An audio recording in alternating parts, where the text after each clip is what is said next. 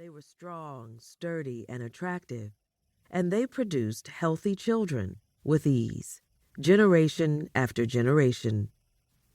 Dr. Price had many opportunities to compare these healthy so-called primitives with members of the same racial group who had become civilized and were living on the products of the Industrial Revolution: refined grains, canned foods, pasteurized milk, and sugar. In these peoples, he found rampant tooth decay, infectious disease, degenerative illness, and infertility.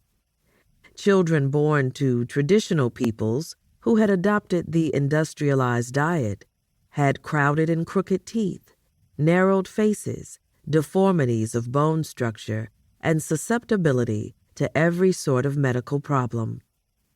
Studies too numerous to count have confirmed Dr. Price's observations that the so-called civilized diet, particularly the Western diet of refined carbohydrates and devitalized fats and oils, spoils our God-given genetic inheritance of physical perfection and vibrant health. Later research on the diets of traditional and non-industrialized peoples has focused on their food preparation techniques. Almost universally, these societies allow grains, milk products, and often vegetables, fruits, and meats to ferment or pickle by a process called lactofermentation.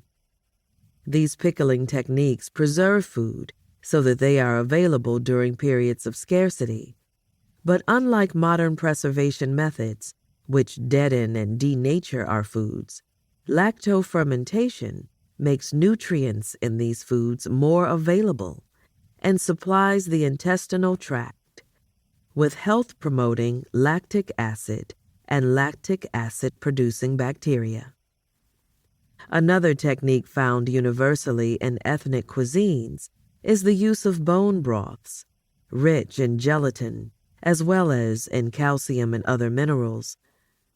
The archives of our medical libraries contain many studies on the beneficial effects of gelatin taken on a daily or frequent basis, but these studies are ignored, even as traditional methods for making rich stocks are forgotten. Technology can be a kind father, but only in partnership with his mothering feminine partner. The nourishing traditions of our ancestors. These traditions require us to apply more wisdom to the way we produce and process our food.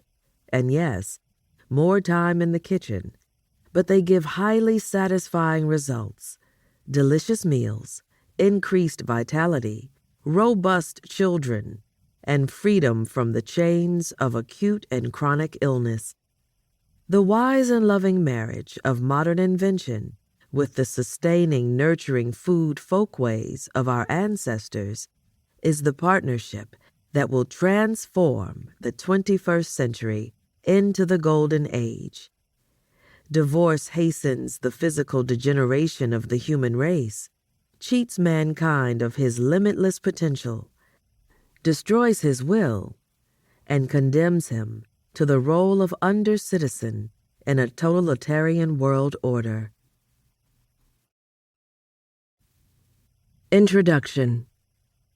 In no period of our history as a nation have Americans been so concerned about the subject of diet and nutrition.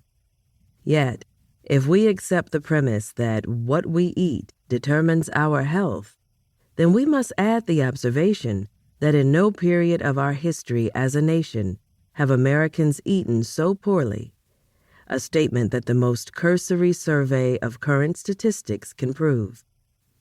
Although heart disease and cancer were rare at the turn of the century, today these two diseases strike with increasing frequency.